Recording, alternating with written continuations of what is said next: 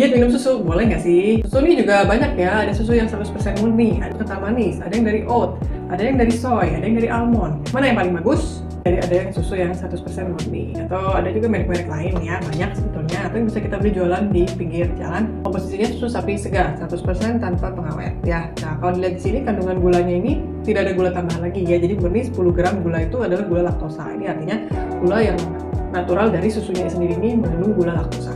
Juga terkandung banyak vitamin dan mineral di sini. Kalau kita lihat kalorinya, satu serving 250 ml seperti ini hanya 150 kalori. Tapi apakah sebenarnya kita perlu minum susu sebanyak ini? Ya tergantung keperluan.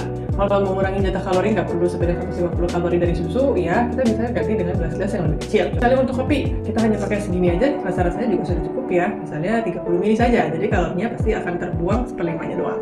Ada lagi susu kental manis. Susu kental manis itu kandungan susunya hanya 10%. Itu pun gabungan, ada susu sapi, susu skim, whey, gabungan berbagai macam susu yang akhirnya hanya 10%. Kandungan utamanya apa yang di paling depan yaitu air dan gula. Jadi kalau kita makan susu kental manis itu ya mostly 90% isinya campuran air dan gula yang sudah diolah sedemikian rupa sehingga jadi bentuknya kental dan tidak cair air doang. Walaupun kalau kita lihat satu sajiannya untuk 3 sendok makan itu kalorinya cuma 100, lebih sedikit daripada tadi satu gelas ini, ya tapi ini 100% susu sapi segar.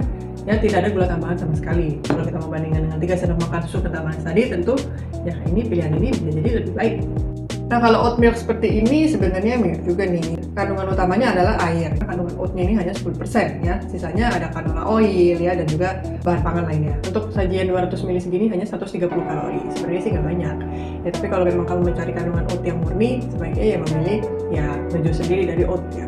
Ya, ini juga ada kandungan yang terbuat dari almond, susu almond. Ini terbuat dari 94% kacang almond ya, sari kacang almond. Artinya ya pasti dicampur juga dengan air ya. Bahannya lagi gula hitam, ada pengemulsi dan lainnya. 180 ml ini hanya 60 kalori.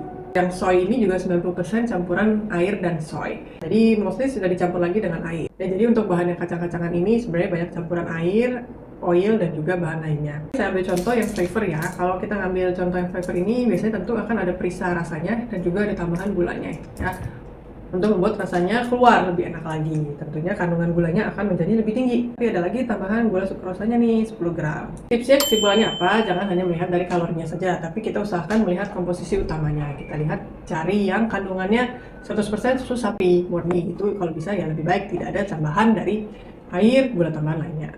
Tapi ya kalau kita mau mencari gula yang tinggi untuk misalnya pre-workout, ya boleh-boleh aja kita mencari yang gulanya tinggi. Atau kita mau mencari flavor-flavor yang enak nih, misalnya banana, green tea, vanilla, ya nggak masalah. Kita mencari yang ada flavornya untuk tujuan kenikmatan.